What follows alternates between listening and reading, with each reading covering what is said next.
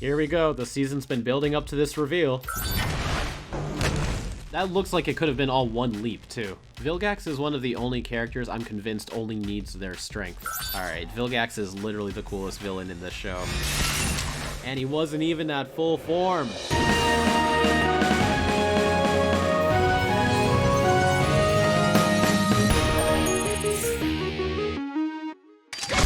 Hey everyone, Kuro the Artist here, and welcome back to another Ben 10 breakdown. Today we'll be taking a look back at the Season 1 finale, Secrets, to see why Vilgax has been the most iconic villain in Ben 10 in every variation of the show, and it all started here. The first episode where he is prominently the main antagonist. In my future reviews, we'll be covering episodes from Alien Force that have a more warlord take on the character. Ultimate Alien gives us the Dagon arc Vilgax. And Omniverse, well, it never seems to be sure if it wants to portray Vilgax as an actual villain who can create real threats, or treat him as the washed up version of himself that he ends up being after so many production reboots. This episode will take us back to Vilgax's roots, and we'll break down why many fans prefer this version of Vilgax as the best one, along with how well this season wraps up everything else that it built up to. Also, yes, this video is early, but I will still have a video coming out this Friday. Stick around for more details. But first, a few quick updates.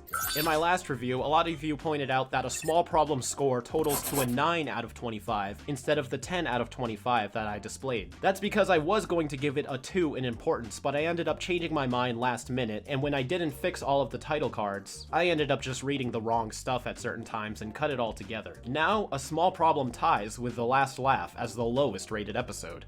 Additionally, a lot of people have been asking me how my rating system actually works, and although I broke it down in my first episode, which is linked below, I will start adding descriptions of how my rating system will work in the descriptions of the videos going forward, and all of the previous videos will be updated with this information as well.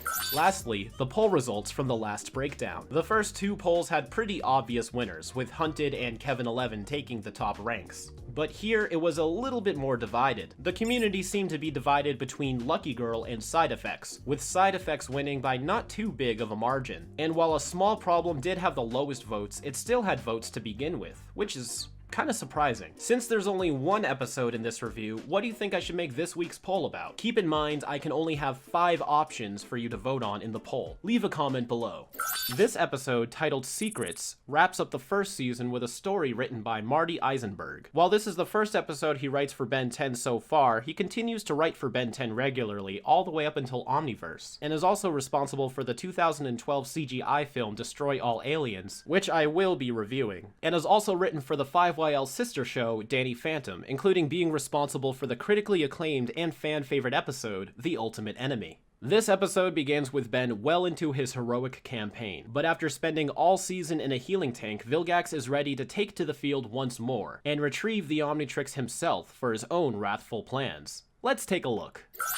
We're live on the scene of a high-speed... I already feel nostalgic. I like this little detail that you do see the rust bucket in the shot, just ever so briefly during this opening scene. It's cool because it's telling the story from how the spectators would see these events.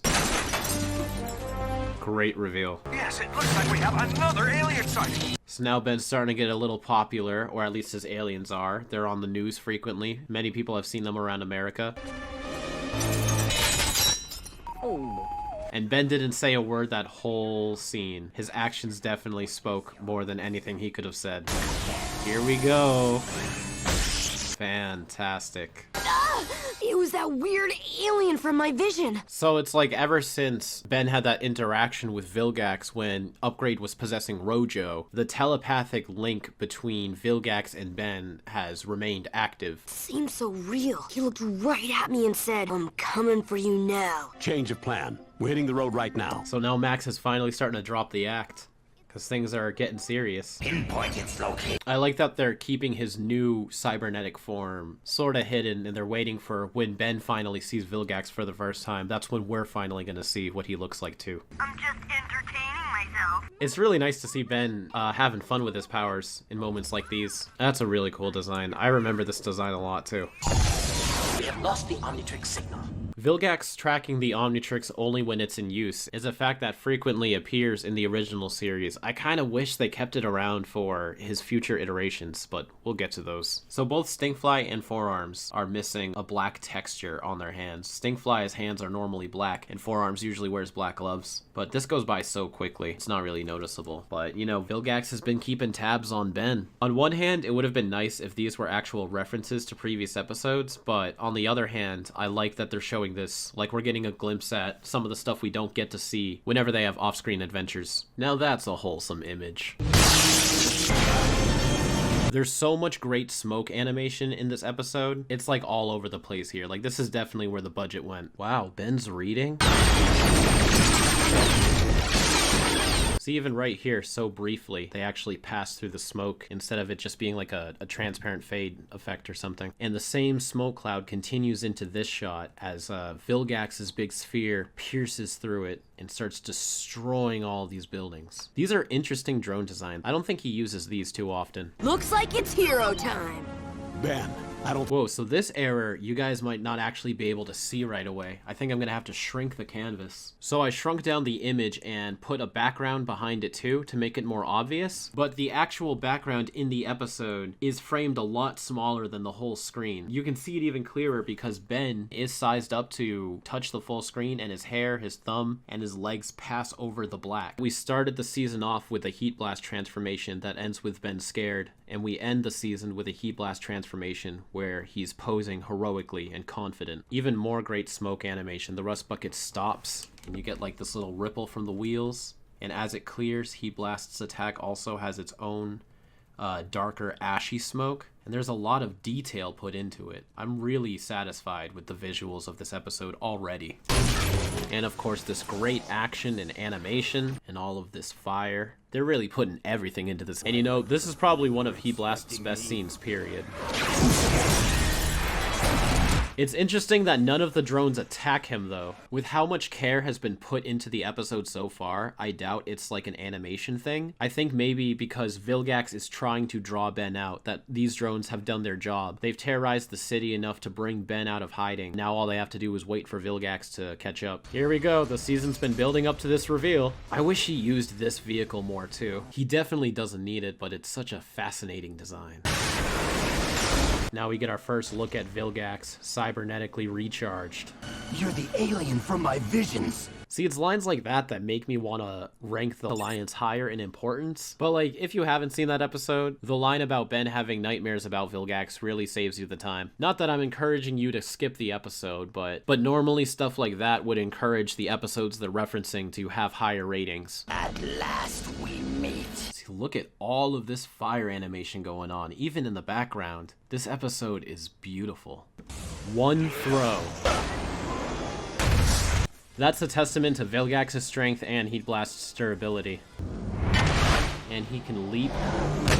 That looks like it could have been all one leap, too. Vilgax is one of the only characters I'm convinced only needs their strength. This episode does a great job showing that raw power can match pretty much anything Ben can throw at him. Oh, we're not even in the third act when that special thing happens. It's a smart move to melt the pavement to try to slow him down. Good thinking, Ben.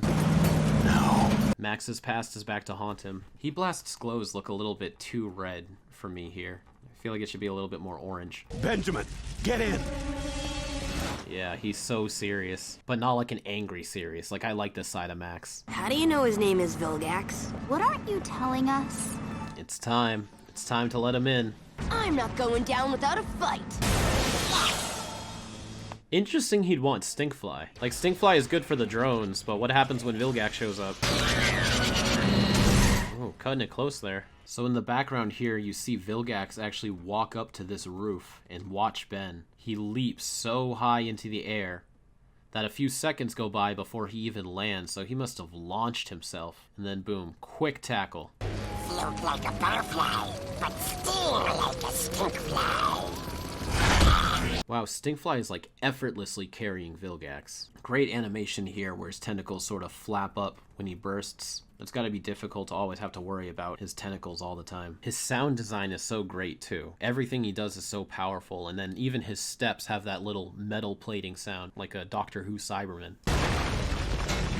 Not too big a fan of this blinking background. Let me guess. At Mount Rushmore? At this point, I feel like Max should just tell her on the way. It's still gonna take like another half hour or so to get there. Big shout out to the background animation here. It's really good, very intense, and this is before they would just CG cities all the time. It shakes, it's got blur, it changes direction. Oh my god, why did that building blow up? What was it filled with? Hey, how'd you do that? One of the coolest moments ever. The Omnitrix is in the hands of a mere child? Since Vilgax can only track Ben in alien form, he's never seen the actual user, so he's had some pretty high expectations. And the Omnitrix feedback is making a return too. Like, everything in this episode plays off of the whole season. Oh, and Vilgax just shrugs it off. He's like an unstoppable force. Appears the Omnitrix is already merged with your own DNA. Yeah, until Ben can just slip it off like a bracelet in future episodes. I'm still very salty about that. Ben being bonded to his Omnitrix so intricately that it's like fused into him was such a cool thing, and I think was very important to the series. Like, this whole episode is built around that fact, for example. So it's really disappointing to see it get slipped off in future episodes, and I guarantee it's just to make the storytelling and animation easier. And like, you know, I get it. There's a lot of episodes. There's a lot of things that these studios need to get done. But when you see scenes like this...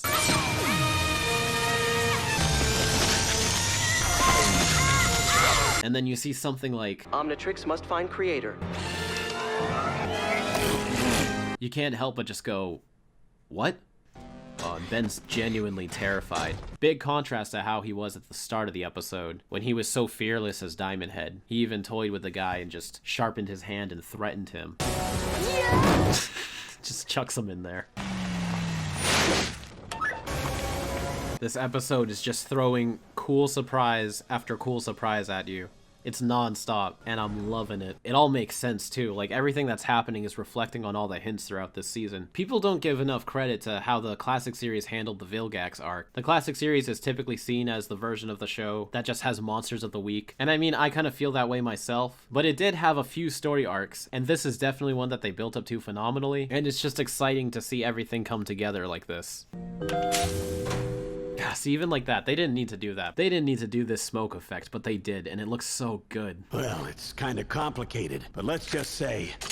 I'm the coolest character on the show. It's really neat to see hand-drawn holograms. It's such a great aesthetic. Definitely not as clean as it could be, but it really fits the look of Ben 10. And Vilgax being out of focus was a good decision for this shot. Shoe stripe isn't colored in right here. That's actually what I noticed back in the day. You hold the key to a power struggle so ancient, so vast, it is beyond your feeble comprehension. Oh, that's a great line. It makes this universe feel so big. Picture an entire army. In this whole shot, it's funny to see just one little Ripjaws here. Now, obviously, there's a lot of animation errors I can point out here, but there was so much to draw, and this episode was so beautiful, you can excuse smaller things like this. The shot goes by so fast, you don't even really have a chance to notice them unless you're pausing it like I am. Where are they, too? This kind of actually looks like Petropia, at least in the classic series. We saw similar disc-shaped structures in Secret of the Omnitrix, and there is a crystalline structure here, or it could just be any random city. This goes by so fast, by the time the next picture fades fully in, they're almost all gone. But if you pause it right here, you can see there's a lake with 5 different Ripjaws coming out of the water like sharks. Then you get a little gray matter here. Now, you could say it's strange that they all look like Ben and there's only the first 10 aliens, but Vilgax did tell Ben to picture an entire army. So we're probably seeing whatever Ben imagines to be happening if Vilgax is successful, because this is the only way he's ever seen as aliens, and it's the only aliens he knows about. And this right here is our first hint towards master control. This is the first time we've ever seen any character of any sort switch from one alien to the next. Man, imagine being a kid strapped to this thing and you just see a bunch of sharp weapons come up from the floor. Oh, quick 5YL shout out. The bottom part of the Godmaker is modeled after this machine right here. You can see it most clearly in chapter 8, right before Eon turns into his ultimate form. This weapon is keyed into Vilgax's biosignature. Hopefully it'll take him down for good this time. I always wonder why Max didn't bring any of the other weapons that he found in the base. It seems like he should have like stockpiled up on ammo. But then listening closer, that line really stuck out. Perhaps Max already knows that none of those weapons work except for the one that is specifically designed to defeat Vilgax. So that makes a lot more sense on why he needs that big gun. Hey! me! GPS-assisted tracking system. It's locked on the watch's signal. So Max can track Ben while he's in human form, but Vilgax can't. I wouldn't really say that's an error, that's just they're probably using different software, but I mean, I just wanted to point that out. Not a scratch on the rust bucket. Claws off my grandson, Vilgax. And Max wastes no time. Just hit the ship, shoot Vilgax, get out of there. Oh, this is one of the coolest things that they can do. I like that they did it this way and not through master control. So it's like Ben doesn't get to choose which aliens he becomes. So it's like a power buff, but with its own special debuff. So it leads to a very creative fight sequence. And of course, you can't ignore how good this animation is. He's not just flashing between forms, it's like they're growing out of each other. Oh, look at that frame. And every time it happens a different way than the last, so you'll never get bored of it. See, look, Forearms kind of grows his head out of Wildmutt's neck and snaps into place. And even though Forearms can break this, he struggles a little bit first. So that's a really powerful piece of technology Vilgax has. Yeah, here comes the drones we're used to. Ghost Freak didn't sound like himself right there. Well, I don't know. Wasn't as raspy. I'm so glad they did this too. That's such a cool idea. Have an upgrade merge with the drones. So A, that's a giant drone. Usually they're like a third of the size of Ben in human form. And B, where did Max get this drill weapon? Maybe it was Vilgax's. And that should have killed him.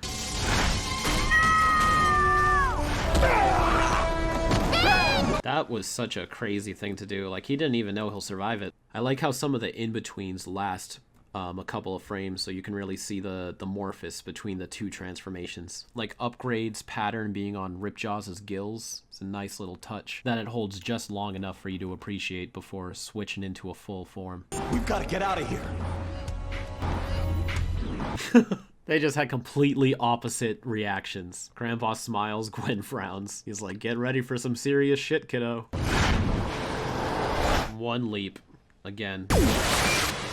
That was a good one. Oh. Barely does anything. Alright, Vilgax is literally the coolest villain in this show. And he wasn't even at full form. Right here, though, it's transparent between his tentacles where his body should be. But, you know, I gotta nitpick something. This episode's too good. I like how he winds Accelerate up too before throwing him, just to add that extra brutal flavor. Oh, he's transparent between his tentacles here too. Ouch. Then out comes Diamond Head. Every single alien is struggling with him. Like, it seems at this point, Vilgax is genuinely unstoppable. And the force of Vilgax's strength is so powerful. The gush of wind collected as he raises Diamond Head lifts his tentacles as well. And then he forces him into the ground. This is the first time we've seen Diamond Head shattered like this. I always felt like the pacing of that was a little weird. Vilgax already punched Ghost Freak before Ben even covers his hands. I would have started the shot with his hands already covered. Something like this. The key to making edits sound right like that too is making sure the two audio tracks at the bottom blend together, or else your audio will just snap from before you cut and after you cut and be pretty abrupt.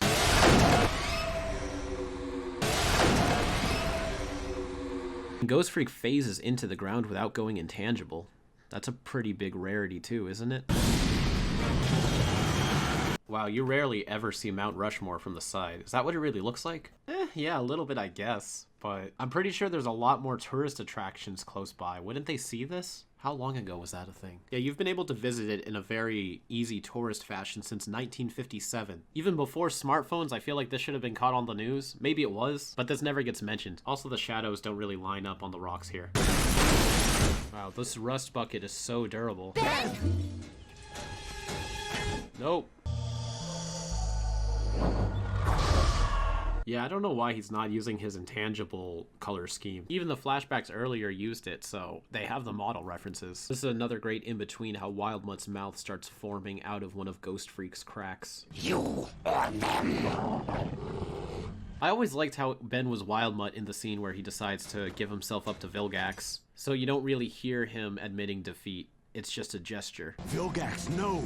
Don't go back in there! Vilgax is like, you're not my real dad. I believe this is the only real-time transformation we get. Usually they're always handled in like some type of dream sequence or whatever you want to call it. You know, that little universe Ben teleports to where everything's Kirby dots for a couple seconds. And I think it's due to the Omnitrix's, oh, that's a weird frame, damage from the energy in Vilgax's ship that's causing this transformation to be a little slower. But I'm so glad we got it. Heat blast on a comet, coming in clutch. Love how Ben's just chilling in the crater here. Not bad for a doofus. Grandpa, we need to talk. Yeah, such a great ending. So this shouldn't come as a surprise to anybody at this point. I love this episode. I went into this episode trying to review it from a very unbiased, non-fanboy point of view, but ignoring all of the little Ben 10 nuances and flavors that make me like the show only made other things in this episode stand out to me that I enjoyed even more. Like, it's genuinely a great episode of television, not just Ben 10. The plot was great because it works in two ways. On its own, it's easy to think that this is just your typical big face-off finale. And yeah, I can't say Vilgax's goals are unheard of in the realm of villains.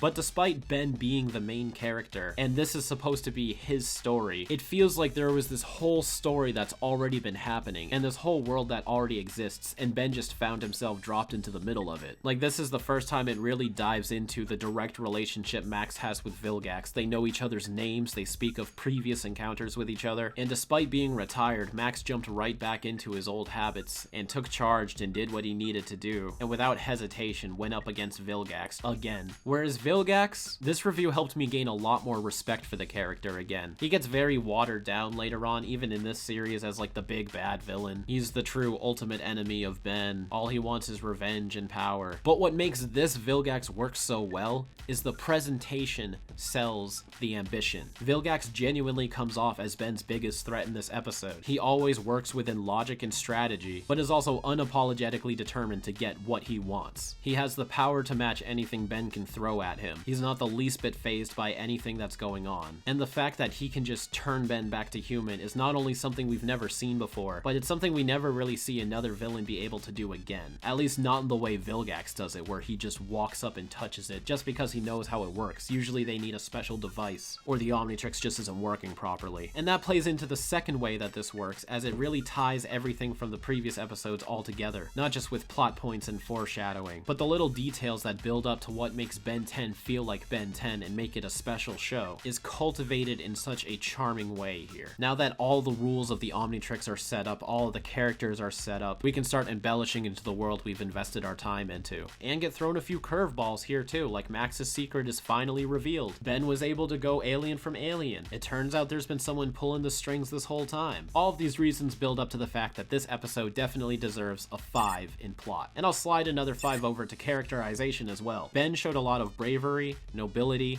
and incredible fighting skills in this episode. Seeing Max basically come out of retirement and start acting as a plumber again will never not be enjoyable. Doesn't completely take you by surprise, but more of satisfies your curiosity. And Vilgax in this episode, I feel represented everything that makes a great antagonist. I've gone on record saying I felt the reboot Vilgax is the best one because I really enjoy the characterization they give to him. He actually has a little bit more of a personality, a more connected relationship with Azimuth and the Omnitrix rather than just something he's heard of and now he's after. And his origins are a little bit more creative. And the new tentacle power is definitely cool. But all of that is just built on the foundation that is the Vilgax we see here in this episode. And if there's one thing that classic series Vilgax has over the reboot one, it's intimidation. Every single thing he does feels powerful. The way he walks, the way he stands, the way he punches with a full swing, as if he's putting his entire body into everything. Visuals is going to continue the trend of 5s because, well, let's be honest. You just watched all of my reactions to this episode. The only thing I can say now that I didn't say previously is that seeing all of the care that got put into the visual production of this episode makes me want to watch it one more time without all the pauses and commentary, just so I can sit there and fully embrace it and enjoy it. And again, I've already talked so much about the episode, I don't want to start repeating myself, so I'm going to award this episode as the first one to obtain a perfect score by giving it a 5 in importance and entertainment, and leave this episode off with a 25 out of 25. This episode is satisfactory in every category, and I feel is the perfect example of why fans love the show so much even to this day. Now it's time to finish off the Season 1 roadmap with the final stops in the Vilgax arc. According to Matt, there was apparently a DVD commentary on this episode that places the opening bank heist in Denver, Colorado. I vaguely remember this statement as well, as I used to own all of the Ben 10 DVD sets, but they are far too old and damaged for me to check. But Matt has always been a pretty reliable source so far, so go check out his channel and artwork as a thank you for really helping these roadmap segments come together. After the gang finishes up at Colorado, Ben's bad dreams prompts Max to head to Mount Rushmore, located in South Dakota. You can even see a sign for Rapid City briefly before Vilgax's drones attack, which is located only miles away from Mount Rushmore. That leaves us with this route as our final map for Season 1. We'll be picking this back up next week as we begin to review Season 2.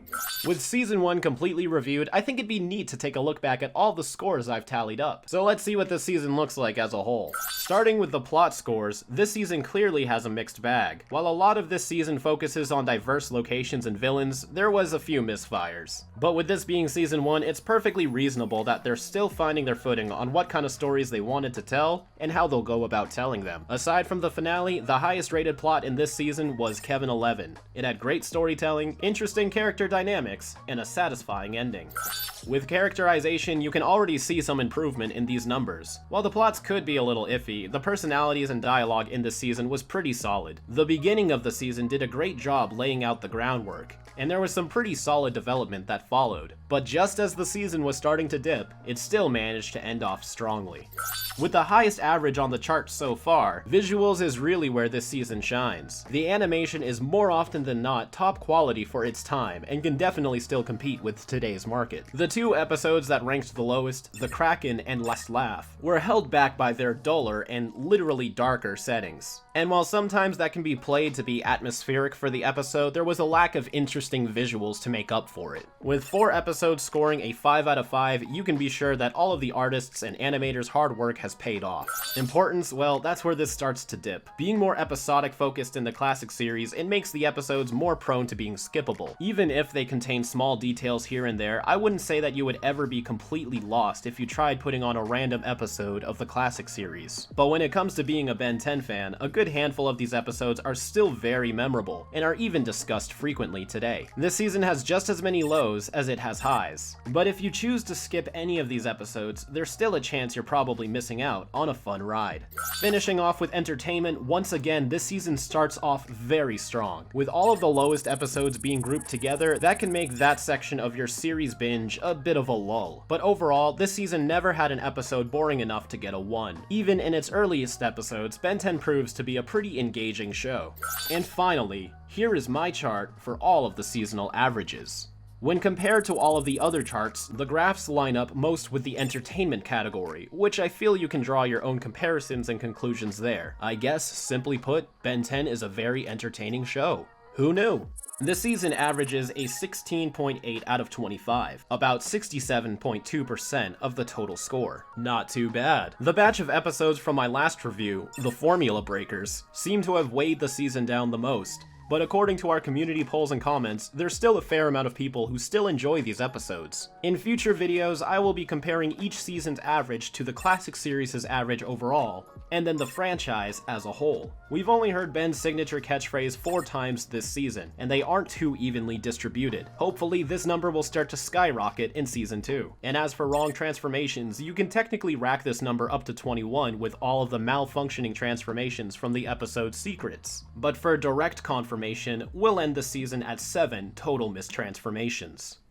This season was so great to revisit, and I ended up enjoying breaking down these episodes a lot more than I planned, even with the ones that ranked lower. I'm very excited to get to reviewing Season 2, but first I have a new video coming out this Friday. If you've seen my community posts or tweets looking for errors, I've recently been shipped a new tablet from Gauman for a review. But since tech reviews aren't exactly the kind of content you're used to seeing on this channel, I figured I'd use this as an opportunity to tackle some of those animation errors I love to point out during my breakdowns. If you have an episode error that's always bugged you, even from an episode I haven't reviewed yet, from Classic, Alien Force, Ultimate Alien, Omniverse, even the reboot, and you want to see me take a crack at fixing it, leave your suggestion in a comment below. But until then, you can stay up to date with everything that I do on my social medias and join the Discord for some fun community engagement. And join the Patreon for weekly updates on all of our projects, including 5 years later and beyond. I hope you guys have a fantastic week. And as always, keep it fizzy.